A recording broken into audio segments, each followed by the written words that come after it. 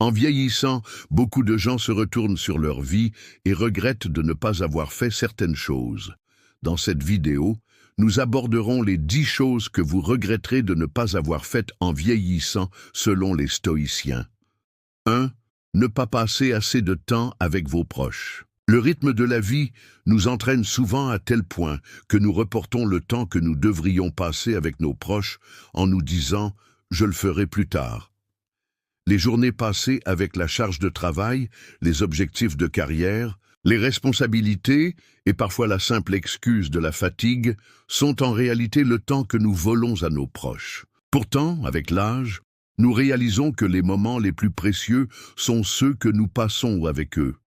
Rire ensemble, avoir des conversations sincères, une simple promenade ou même simplement rester assis en silence dans la même pièce laissent une trace dans le cœur de quelqu'un. Ces traces se transforment un jour en souvenirs qui prennent toute la place dans notre mémoire.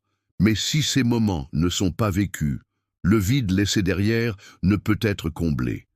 Ne pas pouvoir passer du temps avec ses proches, les perdre, devient un fardeau intérieur, car on ne s'émeut pas au moment de dire au revoir, on se rend compte qu'on ne peut pas les apprécier ensemble, on souffre.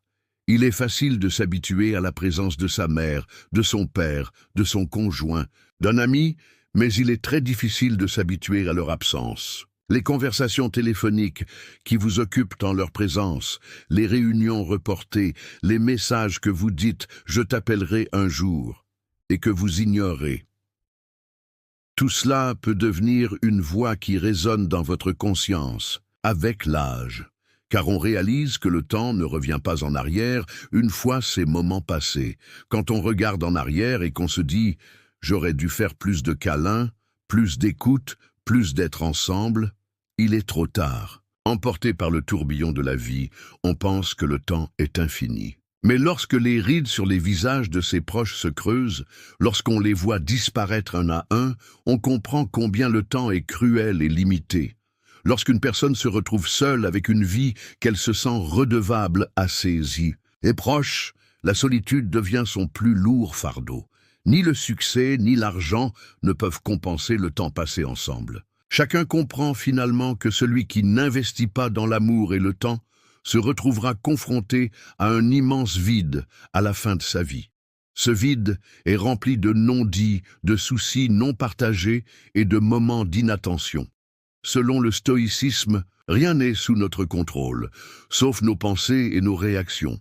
Nos proches peuvent un jour nous être enlevés, et c'est tout à fait naturel. Les stoïques vivent chaque matin en se rappelant qu'ils peuvent perdre leurs proches, car cette conscience les guide à vivre chaque instant avec utilité. Comme le disait Marc Aurèle, « Lorsque vous êtes avec quelqu'un que vous aimez, pensez à la possibilité de le perdre. Vous comprendrez alors la valeur du moment passé avec lui. » Vivre dans cette perspective vous rappelle constamment de passer plus de temps avec les personnes que vous aimez, car rien ne garantit de les revoir demain.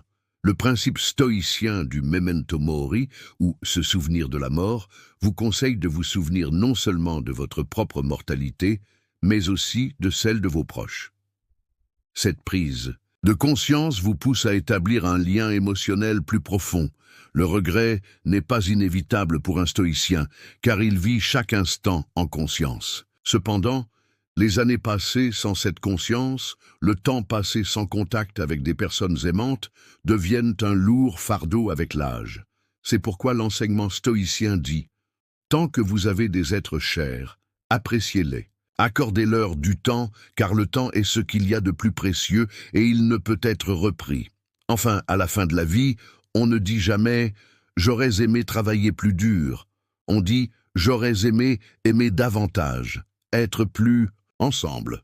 Et cette phrase est le regret le plus lourd. 2. Négliger sa santé. Jeunes, nous avons l'impression que notre corps a une énergie inépuisable. Se lever tard, manger de la malbouffe, veiller la nuit, rester assis trop longtemps ou continuer à avoir des habitudes néfastes comme fumer. En faisant tout cela, nous ne réalisons pas ou ne voulons pas réaliser que notre corps nous envoie des signaux silencieux. La santé est la plus grande richesse, celle que l'on ne découvre que lorsqu'on la perd. Lorsque notre esprit est occupé, nous ne réalisons que notre corps s'épuise que lorsque surviennent ces lenteurs, ces douleurs et ces inconforts. À ce moment-là, le regret se mêle à l'impuissance, car un corps négligé jeune se transforme en un corps rebelle avec l'âge. On passe plus de temps avec son corps en vieillissant.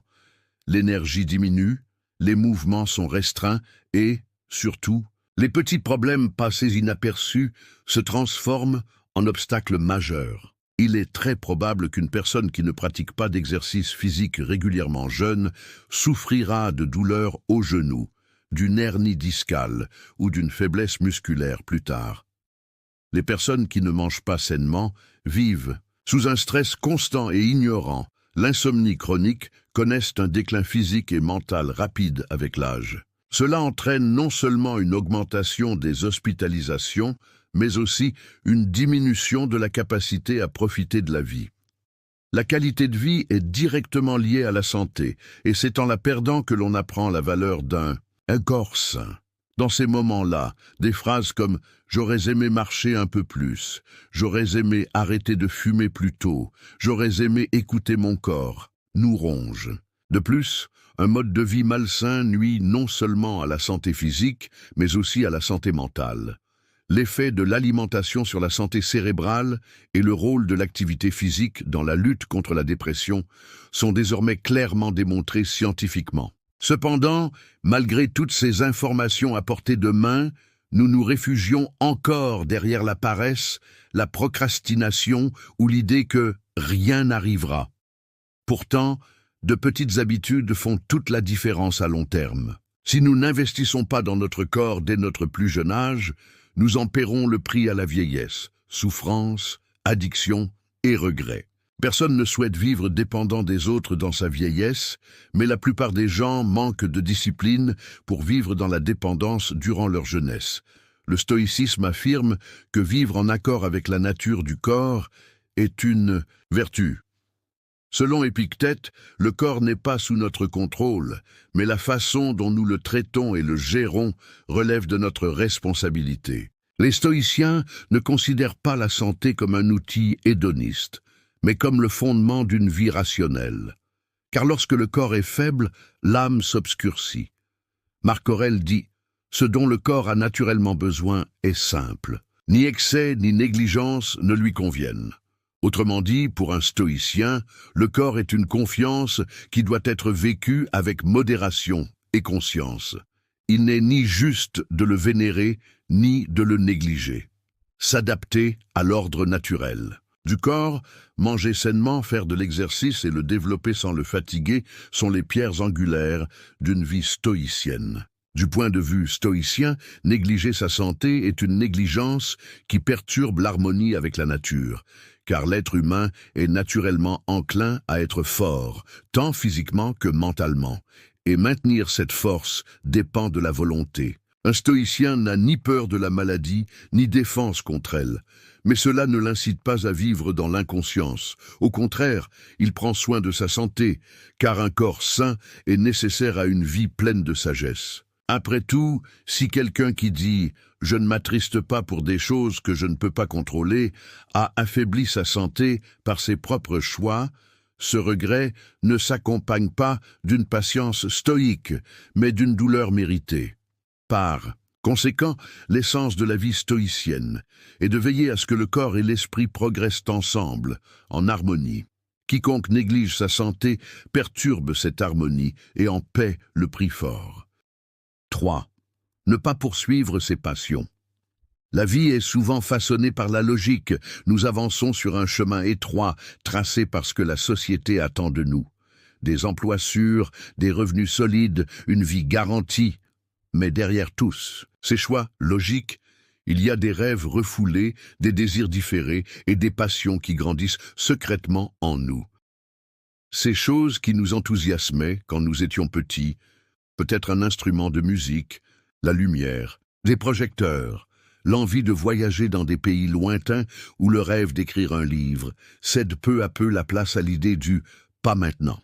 Nous étouffons cet appel intérieur avec des excuses comme je le ferai plus tard, je commencerai à la retraite, ou les conditions ne sont pas réunies. Mais cette voix ne se tait jamais complètement. Elle persiste au plus et profond de nous-mêmes, car les passions ne sont pas des désirs temporaires, ce sont les orientations les plus proches de l'essence d'une personne. Les ignorer, c'est se trahir soi-même. En vieillissant, on ne porte plus le poids des rêves, mais celui des choix passés. On a peut-être travaillé en entreprise pendant des années, mais on voulait en réalité devenir écrivain. Vous alliez travailler tous les jours, mais au fond de vous, vous rêviez de danser. Vous aviez l'approbation des autres, mais étiez loin de vous connaître. Et un jour, lorsque vous réalisez que le temps passe vite et que certains rêves sont irréalisables, la seule chose qui vous ronge est l'idée de « je n'ai pas essayé ». Ce n'est pas la défaite qui fait mal, mais le manque de courage. Au bout d'un chemin tenté et raté, il y a l'apprentissage, mais au bout d'un chemin jamais parcouru, il n'y a que le vide. Le plus lourd fardeau de la vie est la question « et qui pourrais-je être ?» Quelle que soit votre passion, peindre, voyager à travers le monde, travailler avec les animaux, escalader des montagnes, écrire un livre ou inspirer des enfants. Cet appel fait partie intégrante de votre être véritable. Le refouler empêche de se replier sur soi. Lorsque vous ne suivez pas vos propres passions, vous commencez à vivre la vie des autres. Leurs attentes, leurs valeurs et leurs peurs deviennent vos guides. Au bout d'un moment, tout semble aller, comme prévu, mais on s'éloigne de plus en plus de la personne qu'on souhaite être. Et en vieillissant, ce qui nous inquiète, c'est que cette vie ne nous appartient pas. Dans le stoïcisme, suivre ses passions est perçu différemment. Les stoïciens voient la passion comme un feu qui enveloppe l'esprit. L'ambition et les désirs incontrôlés, en particulier, éloignent l'homme de la nature. Or, les passions dont il est question ici sont les orientations qui nous définissent, qui naissent en nous et qui donnent un sens à la vie de manière mesurée. La sagesse stoïcienne nous conseille de ne pas réprimer nos passions, mais de les contrôler et de les diriger d'une manière qui correspond à notre nature. Marc Aurèle nous conseille d'écouter notre voix intérieure et d'agir en accord avec la nature de notre âme, car l'essence de l'homme trouve la paix lorsqu'il vit en harmonie avec sa nature. Un stoïque vit ses passions sous la conduite de la raison et de la nature. C'est une vertu de ne pas réprimer ses passions, mais de les diriger consciemment sans se laisser emporter aveuglément. Si une passion est une orientation qui vous développe et vous rapproche du bien et de la vérité, la vivre ne contredit pas le principe stoïcien de vivre en accord avec la nature. Au contraire, un stoïcien conscient que la vie est temporaire est plus attentif à écouter sa voix intérieure. Car pour quelqu'un qui se répète chaque matin que « aujourd'hui pourrait être son dernier jour », remettre ses passions à plus. Un tard est une grave erreur. Ainsi, selon la pensée stoïcienne, le véritable regret n'est pas d'être esclave de ses passions, mais de mourir sans vivre celles qui sont en accord avec sa nature. Et au final, celui qui veut vivre comme un stoïcien le sait, l'important n'est pas la réussite extérieure, mais la paix intérieure. Et cette paix s'acquiert lorsque l'on vit en paix avec ses passions.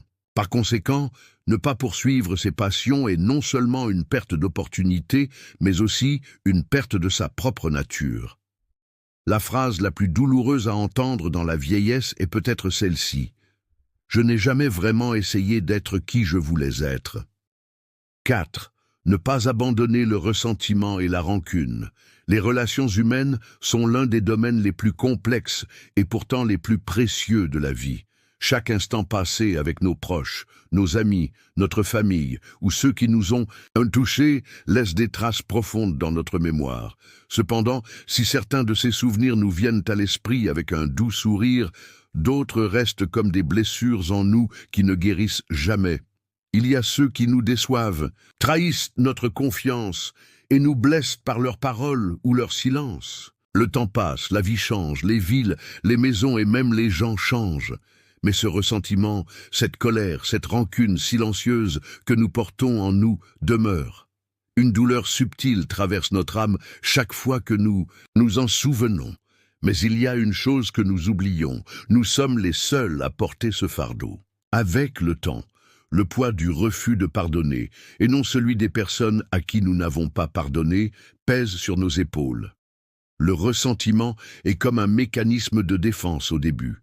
Nous disons « il m'a fait ça, alors je l'ai rayé de ma vie ». L'orgueil nous apparaît comme un pouvoir. Ne pas pardonner donne l'impression d'être supérieur. Cependant, ce sentiment est une illusion temporaire. En réalité, ne pas pardonner revient à être enchaîné au passé. Cela fige un coin de notre cœur, le rendant inaccessible à l'amour, à la paix et à la sincérité. Ces sentiments s'endurcissent avec les années. Même si ceux que nous ne pouvons pardonner ne font plus partie de notre vie, leurs ombres continuent de nous habiter. Avec l'âge, ces ombres s'agrandissent encore, car notre esprit se tourne davantage vers le passé. Et chaque personne non pardonnée apparaît à nos yeux dans chaque souvenir du passé. Nous disons « j'aurais aimé parler », « j'aurais aimé ne pas partir avec ressentiment », « j'aurais aimé ne pas porter cette pierre dans mon cœur si longtemps et être libre ». Mais à ce moment-là, il est trop tard pour certaines choses. Le ressentiment nuit non seulement à nos relations avec les autres, mais aussi à notre lien avec nous-mêmes. Si nous portons de la colère en nous, celle-ci se dirige non seulement vers l'autre personne, mais aussi vers nous-mêmes au bout d'un moment. En cherchant la réponse à nos sentiments, nous nous posons la question suivante. Pourquoi ne me suis-je pas encore pardonné? Il s'agit d'une forme de captivité émotionnelle. On n'est libre que lorsqu'on pardonne. Pardonner ne signifie pas approuver ce qui a été fait, oublier ou poursuivre la même relation. Pardonner, c'est se libérer du passé, c'est apporter de la légèreté à son cœur. Et cette légèreté est ce dont nous avons le plus besoin dans la vieillesse. Car la vieillesse devrait être une période où les fardeaux s'allègent. Malheureusement, la plupart des gens s'alourdissent, non seulement physiquement, mais aussi émotionnellement en vieillissant, faute d'avoir appris à pardonner. Du point de vue du stoïcisme, garder rancune et ressentiment est une attitude contre nature. Selon les stoïciens, le comportement d'autrui reflète sa nature, et non la nôtre. Épictète dit « Quand quelqu'un vous blesse, c'est le « sans que vous donnez à son comportement qui compte ». D'un point de vue stoïcien, le mal que les autres nous font provient de leur ignorance, de leurs propres conflits intérieurs ou de leur faiblesse. Et si nous choisissons de les comprendre, nous ne souffrirons plus. Marc Aurèle dit « Les gens font des erreurs. Ils agissent contre leur nature. Se mettre en colère contre eux, c'est comme se mettre en colère contre le soleil.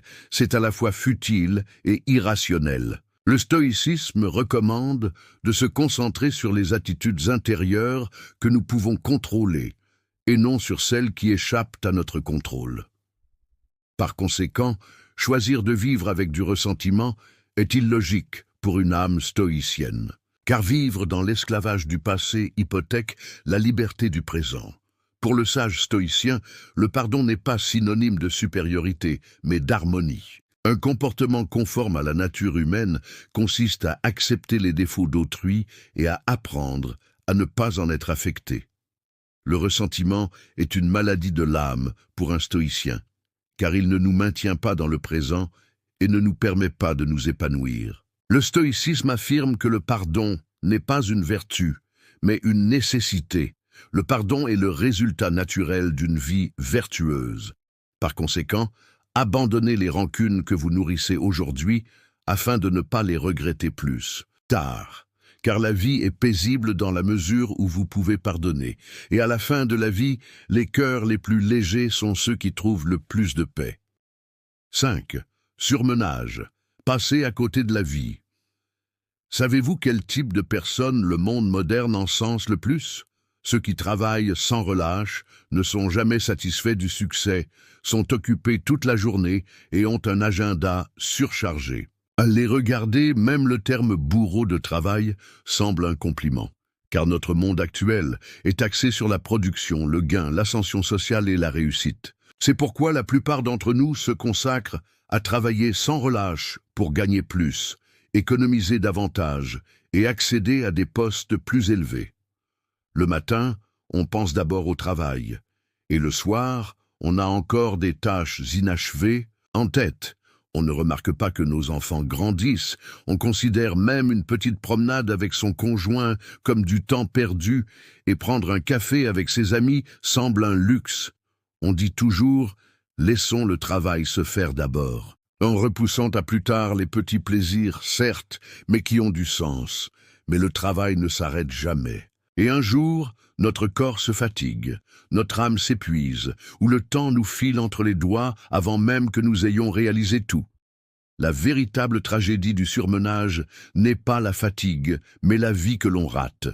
On ne voit pas les premiers pas de son fils parce qu'on est en réunion. On entend moins la voix de sa mère parce qu'il y a toujours quelque chose à rattraper. On reporte un dîner entre amis et cette occasion ne se présente plus jamais. On accumule un passé rempli d'emails et non de souvenirs de ses proches. On reporte les anniversaires, les fêtes, en se disant « à l'année prochaine, c'est sûr ».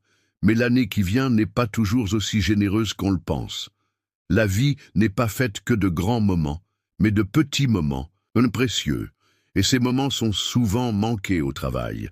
Un jour, en vieillissant, on ne se souvient plus de ses réussites, mais des moments manqués. Pourquoi ai-je travaillé si dur, se demande-t-on. Une partie de l'argent gagné sert à payer les frais de santé, tandis que l'autre sert à réparer des relations irréparables. Mais certaines choses ne reviennent jamais.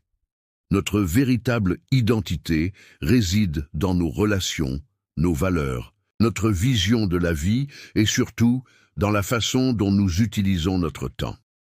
Le stoïcisme offre une perspective claire et puissante sur ce sujet. Le philosophe stoïcien Sénèque a dit « La vie n'est pas courte, nous la gaspillons. Selon le stoïcisme, le temps est le bien le plus précieux. On peut perdre de l'argent, on peut même recouvrer la santé, mais le temps qui passe ne revient jamais. C'est pourquoi, pour un stoïcien, chaque instant de la journée doit être vécu avec soin et conscience.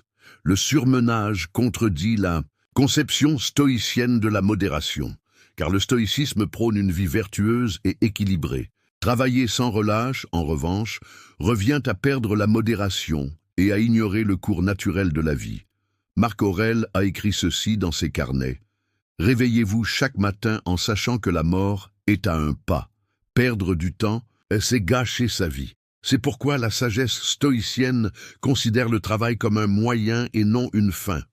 Dans une vie stoïcienne, travailler est une façon de servir la nature, mais l'excès n'est jamais considéré comme une vertu. Si votre travail vous aliène plutôt que vous apporte la paix intérieure, si vous négligez vos proches à cause de votre travail, selon la conscience stoïcienne, vous avez perdu votre chemin.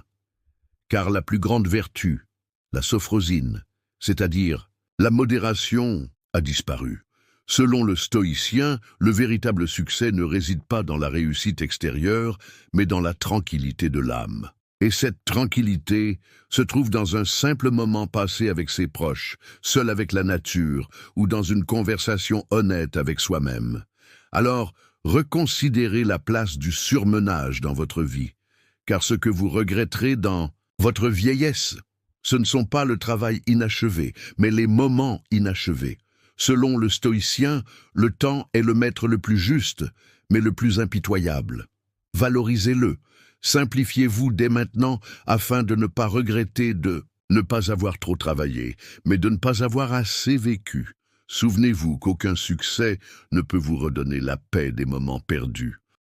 6. Ne pas s'accepter tel que l'on est. La relation la plus durable et peut-être la plus complexe est celle que l'on entretient avec soi-même. En cherchant à comprendre le monde extérieur, à lire les pensées des autres et à diriger les événements, on néglige souvent son monde intérieur.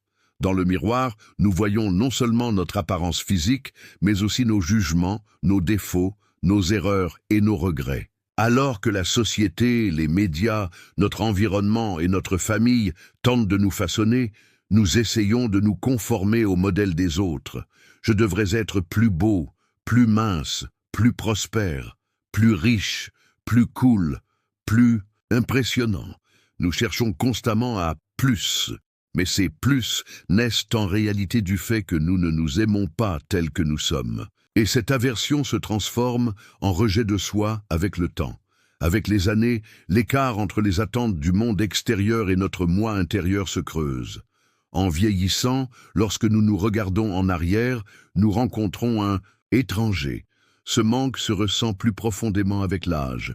Quand vous vous regardez dans le miroir, vous ne voyez pas seulement les rides de votre visage, mais aussi les années où vous vous êtes maltraité. Pourquoi n'ai-je pas pu m'aimer? La question est comme une gifle tardive mais brutale. Votre corps, que vous détestiez autrefois, n'a pas été apprécié malgré vos années de soutien. Vos sentiments, que vous méprisiez autrefois, ont été refoulés mais jamais guéris. Ne pas être en paix avec soi-même est l'une des solitudes les plus regrettables de la vie. Qui veut être accepté doit d'abord s'accepter lui-même, non pas en niant ses erreurs ou ses défauts passés, mais en les acceptant tous. S'accepter soi-même n'est pas stagner. Au contraire, c'est une base solide pour la transformation. Car le véritable changement ne commence que lorsqu'on se voit tel qu'il est. Attendre que les autres nous comprennent sans se connaître soi-même, c'est comme essayer d'apprendre à nager sans regarder l'eau. En prendre conscience à un certain moment de la vie est un grand progrès. Mais si on le repousse à la vieillesse, il ne reste qu'un profond regret. Comme nous ne sommes jamais assez amis avec nous-mêmes, nous vivons en réalité avec un ennemi la majeure partie de notre vie, nous-mêmes.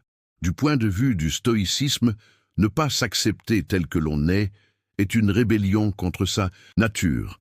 Les stoïciens considèrent l'honnêteté envers soi-même comme la vertu la plus fondamentale. Lorsque Marc Aurèle dit « Reste fidèle à ta propre nature », il fait référence à notre véritable nature intérieure et non à notre moi façonné par des facteurs extérieurs. Lorsqu'Épictète dit « Ne juge pas ce que tu ne peux contrôler », il attire l'attention sur nos caractéristiques physiques, nos expériences passées ou nos structures de caractère innées. Selon la pensée stoïcienne, l'homme trouve la paix en vivant en accord avec sa propre nature. Avoir honte de, soit chercher constamment à changer ou créer une image aux yeux des autres, place l'âme en conflit permanent. En revanche, un esprit en harmonie avec la nature est en paix avec lui-même.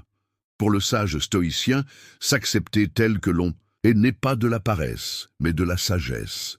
Une personne consciente de ses faiblesses, mais les assume telles qu'elles sont, atteint un calme intérieur. Les stoïciens ne rejettent pas les défauts, ils cherchent à les comprendre, car les imperfections font partie de la nature humaine. Il est important que tout ne soit pas parfait, mais que tout soit en accord avec la nature. Par conséquent, vivre selon une perspective stoïcienne ne signifie pas être constamment en conflit avec soi-même, mais établir une vie en harmonie.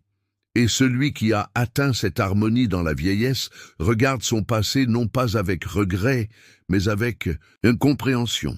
Souvenez-vous qu'une vie passée en désaccord avec soi-même est l'un des fardeaux les plus lourds. Comme l'enseignaient également les stoïciens, une vie vertueuse commence par la connaissance, la reconnaissance et l'amour de soi. Par conséquent, sans plus attendre, regardez-vous non pas à travers le regard des autres, mais avec votre propre vérité, car c'est maintenant qu'il faut faire preuve de compassion envers soi-même, et non pas quand on est vieux. Et la plus grande paix vient quand on est son ami le plus fidèle. 7. Évitez de prendre des risques. La vie est souvent un voyage plein d'incertitudes, et les intersections que nous rencontrons nous obligent à faire des choix. Nombre de ces choix comportent des risques. Commencer un nouvel emploi, débuter, une relation, changer de ville ou de pays, poursuivre nos passions ou sortir de l'ordinaire. Cependant, la nature humaine a tendance à privilégier la sécurité.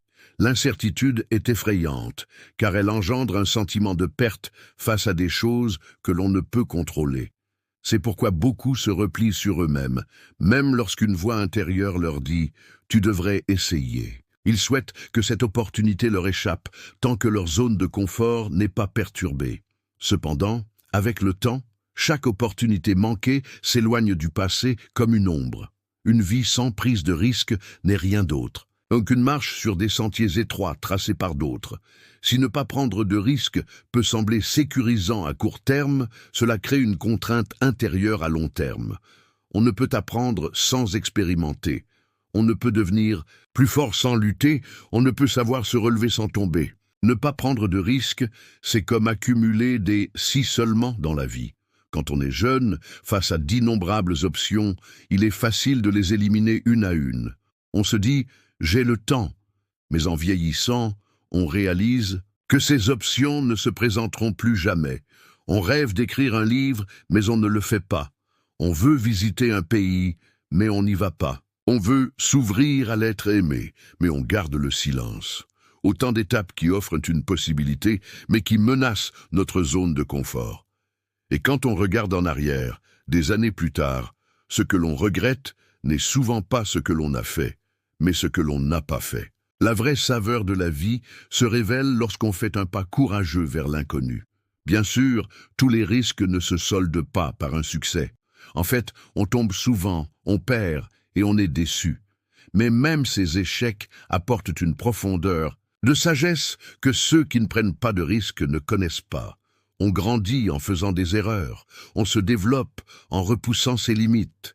Prendre des risques, c'est avancer, malgré ses peurs. Vous serez peut-être seul et blessé lors de cette promenade, mais au moins, vous vous sentirez vivant. Car le plus grand risque est de ne pas prendre de risques. C'est s'isoler de la vie, accepter de pourrir dans une coquille.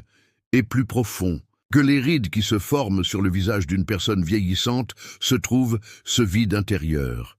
Du point de vue stoïcien, prendre des risques est essentiel pour vivre en harmonie avec la raison et la nature.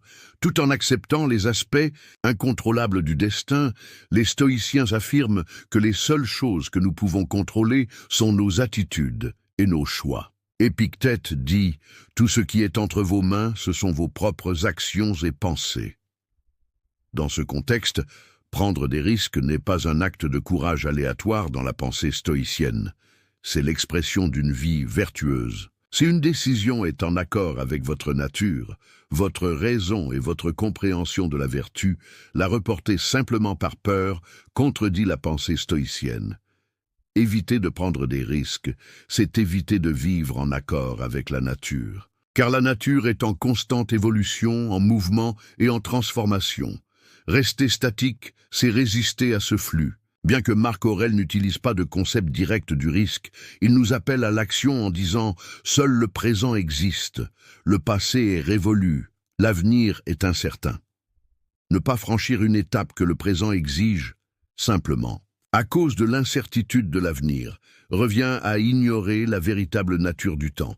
L'objectif du stoïcisme est de bénir le processus et l'intention, et non le résultat. Autrement dit, lorsqu'on prend des risques, il est essentiel de se demander si l'on peut vivre en harmonie avec eux, et non avec le résultat. Si un pas vous rapproche de votre intégrité intérieure, c'est le bon pas, quel qu'en soit le résultat. Quand on repense au passé, lorsqu'on est vieux, rien n'est plus déchirant que la phrase « J'aurais aimé essayer ». Le sage stoïcien vit sa vie non pas dans l'acceptation passive, mais dans la participation consciente. Prendre des risques est l'un des actes les plus courageux de cette participation, car la vie récompense ceux qui agissent et non ceux qui attendent.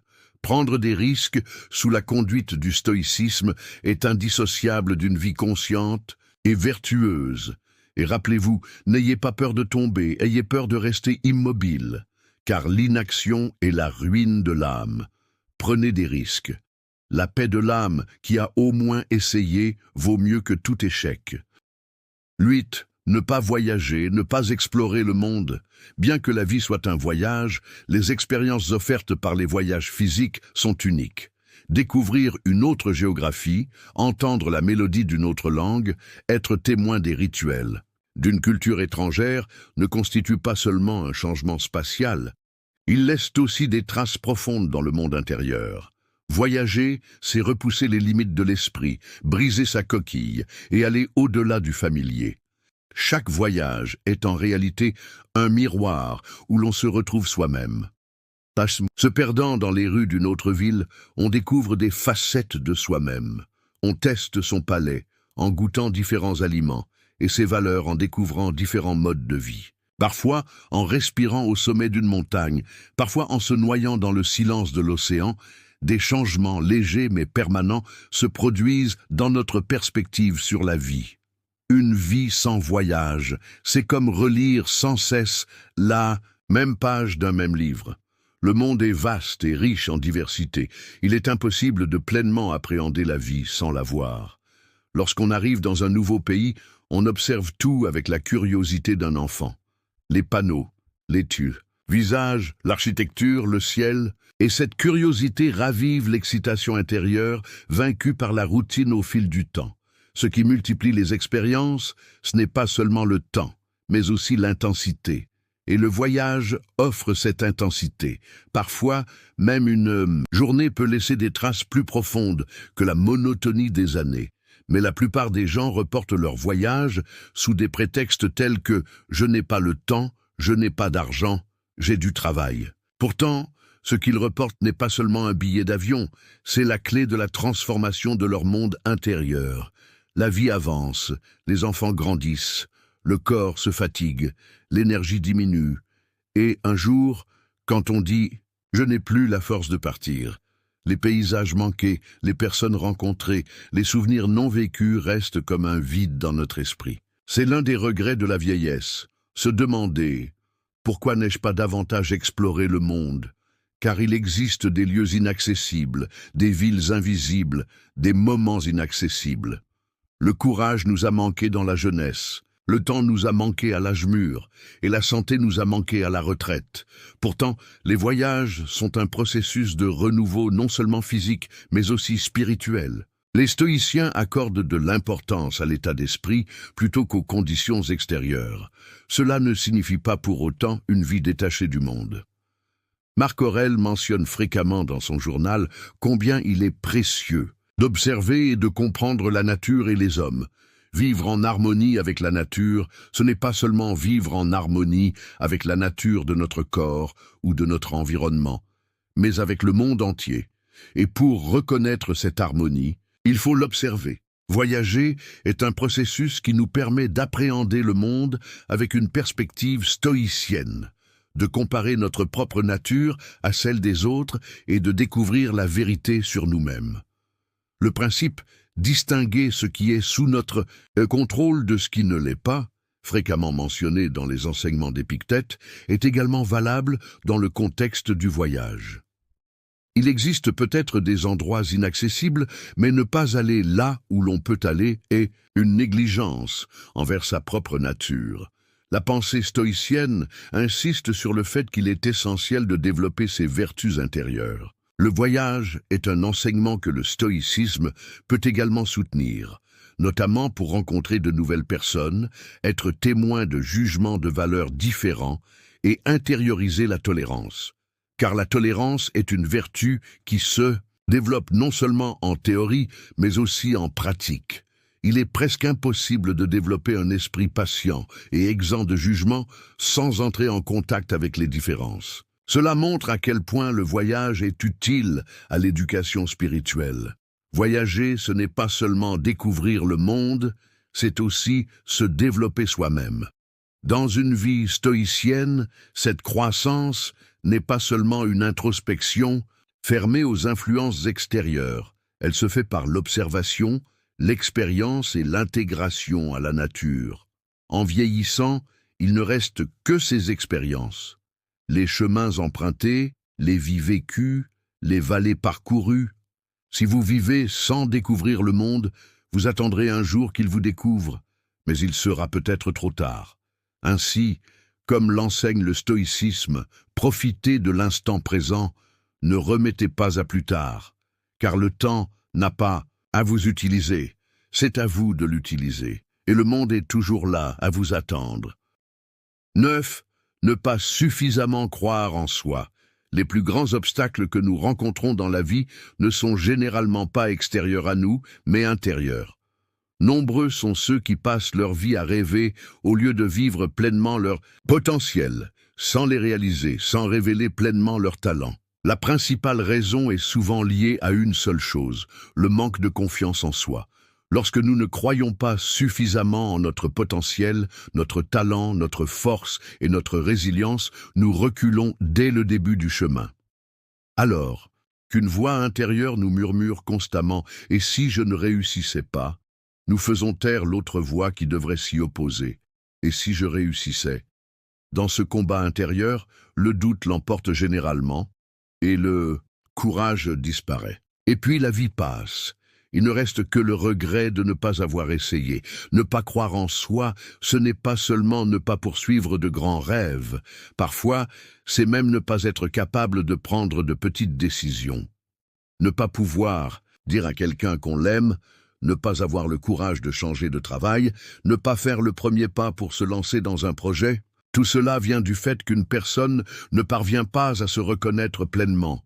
Les critiques reçues de notre entourage durant notre enfance, les commentaires condescendants entendus à l'école, les rares tentatives infructueuses, tout cela s'accumule dans notre esprit et finit par devenir notre réalité intérieure. Même sans obstacle extérieur, nous nous arrêtons. Une personne qui croit en elle n'a pas peur de faire des erreurs, car elle sait que les erreurs ne la définissent pas. Elle n'abandonne pas, car elle sent que chaque tentative lui apprend quelque chose. La réussite vient de l'intérieur et non de l'extérieur. En revanche, une personne qui ne croit pas en elle-même vit dans une insécurité qui ruine tout, même les conditions extérieures les plus favorables. Elle regarde constamment les autres. « Il a réussi, mais moi, je n'y arrive pas », dit-elle. « Il est plus intelligent, plus talentueux, plus chanceux. » Pourtant, en réalité, ce qui fait la différence, ce n'est souvent pas le talent, mais la conviction. Une personne qui croit en elle-même ouvre des voies en surmontant les obstacles qui l'entourent. Une personne qui n'y croit pas, au contraire, pense que même les chemins ouverts sont infranchissables et persiste. Et puis, d'autres empruntent ces chemins. Avec le temps, lorsqu'on regarde en arrière, on regrette souvent les choses qu'on n'a pas faites, celles qu'on n'a pas osé faire, et les moments où on s'est limité. Pourtant, la seule chose qui manquait peut-être à ce moment-là était un peu de confiance en soi. Partager une idée, choisir un mode de vie, s'engager sur un chemin. Ne pas franchir le pas qui marquera un tournant dans sa vie peut entraîner une spirale de si seulement qui durera des années. Le stoïcisme est une philosophie qui se concentre sur le monde intérieur de l'individu. Dans ce contexte, croire en soi rejoint les enseignements stoïciens.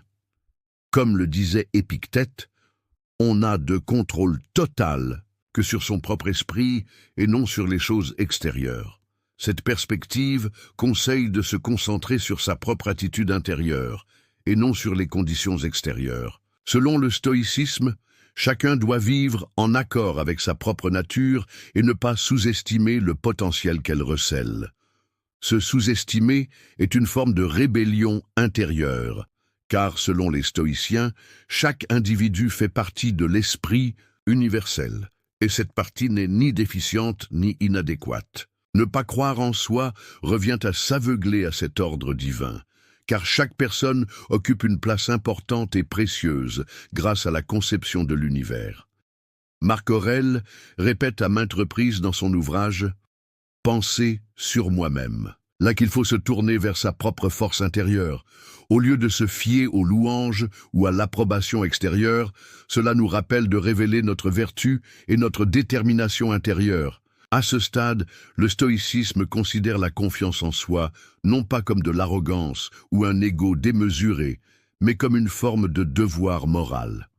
Prendre conscience de sa propre nature signifie être en harmonie avec l'ordre universel. Si l'on a des talents, ne pas les exploiter n'est pas une forme de paresse, mais une faiblesse morale. Car la conception stoïcienne de la vertu ne se limite pas à la pensée, elle s'intègre à l'action. Et le fondement de l'action est la détermination et la conviction profonde. Ne pas croire en soi est non seulement une faiblesse individuelle, mais aussi un obstacle majeur au développement de l'âme. Du point de vue du stoïcisme, celui qui ne fait pas confiance à sa force intérieure trahit sa nature. Par conséquent, l'un des plus profonds regrets de la vieillesse est de se retenir alors qu'aucune force extérieure ne constitue un obstacle. Cependant, le véritable courage ne consiste pas à faire confiance au monde extérieur, mais à son monde intérieur. Et cette confiance est le fondement le plus solide qui portera une personne tout au long de sa vie. 10. Ne pas dire son amour. L'un des plus grands regrets de la vie est l'amour que l'on porte au fond de son cœur, mais que l'on ne dit pas à voix haute. Ne pas dire son amour se transforme en un silence profond qui s'installe au fil du temps. Ce sentiment qui étincelle en vous se réduit d'abord en cendres, puis s'estompe s'il n'est pas partagé. Cependant, l'amour est une émotion qui reste incomplète si elle n'est pas exprimée. Le ressentir ne suffit pas, il faut le dire, le maintenir vivant et le partager. Un amour qui reste caché au fond du cœur est, en quelque sorte, une émotion mort-née. On pense peut-être qu'il se comprend par un regard, un comportement, un sourire, mais le cœur humain ne peut en être sûr que s'il est exprimé par des mots. Et la plupart du temps, ce moment où l'on dit « je te le dirai un jour » n'arrive jamais. La vie est une incertitude qui nous prend au dépourvu. Tout ce qui reste pour demain est en réalité une possibilité mise en péril. Une personne à qui l'on n'a pas dit son amour pourrait bien disparaître un matin. Et puis, les mots qui ne sortent pas de nos lèvres se transforment en une complainte qui résonne dans notre esprit. L'amour est le ciment fondamental des relations humaines. Pourtant, la plupart d'entre nous attendons le bon moment pour économiser et utiliser cet argent. Or, la vie offre rarement ce bon moment. L'agitation, la timidité nous empêchent toujours de le dire, et nous passons notre temps sans pouvoir le montrer ou le dire. Que ce soit à un parent, un frère, une sœur, un ami ou la personne que nous aimons, nous portons en nous une immense mer d'amour, mais nous n'en laissons jamais une goutte sur le rivage. Parce que parfois nous avons peur d'être rejetés, incompris, perçus comme faibles ou trop forts. Mais on oublie que l'amour n'est jamais une faiblesse. Au contraire, l'amour est le plus grand des courages. S'approcher même en sachant que l'on peut être brisé, s'ouvrir même en sachant que la réciprocité ne sera peut-être pas. Ce ne sont pas des lâches, mais des personnes qui vivent avec leur cœur. Chaque jour où l'on ne dit pas aux autres qu'on aime, on construit un mur un peu plus autour de soi. Au bout d'un moment, ce mur se transforme en un mur épais que non seulement les sentiments des autres, mais aussi les leurs, ne peuvent franchir. C'est alors que la solitude s'installe, car l'amour ne nourrit l'intérieur que s'il s'exprime. Une émotion gardée pour elle-même se transforme en apathie avec le temps. Et avec l'âge, lorsqu'on regarde une photo ou qu'on repense à un souvenir, une phrase surgit du fond du cœur. « J'aurais aimé te le dire à l'époque. » Car lorsque l'amour n'est pas exprimé, il devient un fardeau pour le cœur, et non une légèreté. La honte et la tristesse de ne pas pouvoir le dire, tout comme l'amour que l'on éprouve pour cette personne, pèsent sur le cœur. Et le plus triste, c'est qu'il est souvent trop tard pour se rattraper. Du point de vue du stoïcisme, le silence sur l'amour est aussi un acte contre la nature humaine. Les stoïciens ne prônent pas la suppression des émotions, mais plutôt leur équilibre par le filtre de la raison. Marc Aurèle souligne que la nature de l'homme est de vivre en harmonie avec la société, et en particulier avec les autres individus. L'amour est l'un des outils les plus puissants de cette harmonie. Ne pas dire qu'on aime, c'est tourner le dos à cette harmonie, s'éloigner de sa propre nature. Lorsque les stoïciens disent « Laissez tomber ce que vous ne pouvez pas contrôler, concentrez-vous sur ce que vous pouvez contrôler », ils nous rappellent également qu'exprimer une émotion intérieure comme l'amour est entre les mains de chacun. Dire ou non à quelqu'un que vous l'aimez est votre affaire. Recevoir ou non en retour dépend du cours de l'univers. Mais en étant en harmonie avec votre propre nature, vous ressentez une paix intérieure, quelle que soit l'issue. Selon les enseignements d'Épictète, vivre vertueusement signifie vivre honnêtement. L'amour est une émotion, l'exprimer est une vertu, car l'honnêteté doit être valable non seulement dans nos pensées, mais aussi dans nos sentiments. Une personne qui cache son amour n'est pas seulement honnête envers autrui, mais aussi envers elle-même. En ce sens, le stoïcisme considère l'expression de l'amour non pas comme une faiblesse, mais comme une vertu. Lorsqu'une personne peut assumer ce qui vient de l'intérieur, elle atteint l'intégrité. Cette intégrité est la clé pour dire adieu à la fin de sa vie, non pas avec regret, mais avec sérénité. Ne pas dire à quelqu'un qu'on l'aime, ce n'est pas pleurer un moment manqué, mais la possibilité d'une vie manquée. Le temps passe, les gens s'en vont, mais l'amour non exprimé demeure. Et comme le disent les stoïciens, la vertu est, dans l'action, la vérité dans les mots. Exprimez l'amour de votre cœur en mots, car on vieillit avec ce qu'on porte en soi sans jamais le dire, et on ne regrette que ce qu'on ne dit pas. Dans cette vidéo, nous avons parlé de 10 choses que vous regretterez d'avoir faites en vieillissant, selon les stoïciens. Si vous souhaitez soutenir notre chaîne moyennant des frais, vous pouvez choisir une formule via le bouton « Rejoindre ». Si vous souhaitez nous soutenir gratuitement, vous pouvez vous abonner à notre chaîne et aimer nos vidéos. En attendant notre prochaine vidéo, soyez stoïques et restez heureux.